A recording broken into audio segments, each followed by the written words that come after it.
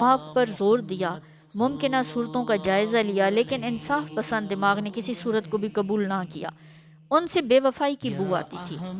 اچانک نہا خانے دل میں بجلی کا ایک کوندا لپکا، جیسے اندھیرے میں جگنو چمکا ہو، اور دل و دماغ نے اسے آزمانے کا فیصلہ کر لیا۔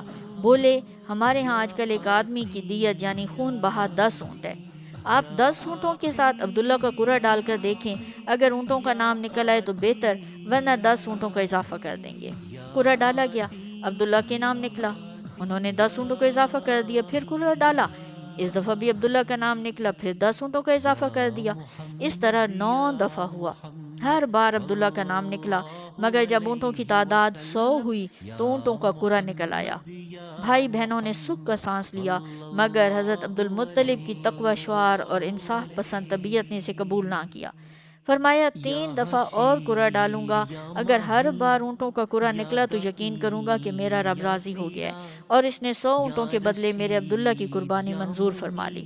جب مزید 3 بار قرعہ ڈالا گیا تو ہر بار اونٹوں ہی کے نام کا نکلا۔ حضرت عبد المطلب کو اطمینان ہو گیا۔ حضرت ابن عباس رضی اللہ تعالیٰ عنہ فرماتے ہیں، اس زمانے میں فی کس دیت 10 اونٹ تھی۔ حضرت عبد المطلب پہلے شخص تھے جنہوں نے 100 اونٹ دیت مقرر کی، پھر قبیلہ قریش بلکہ پورے عرب میں یہی دیت مقرر ہو گئی، اور حضور صلی اللہ علیہ وآلہ وسلم نے بھی اسے برقرار رکھا۔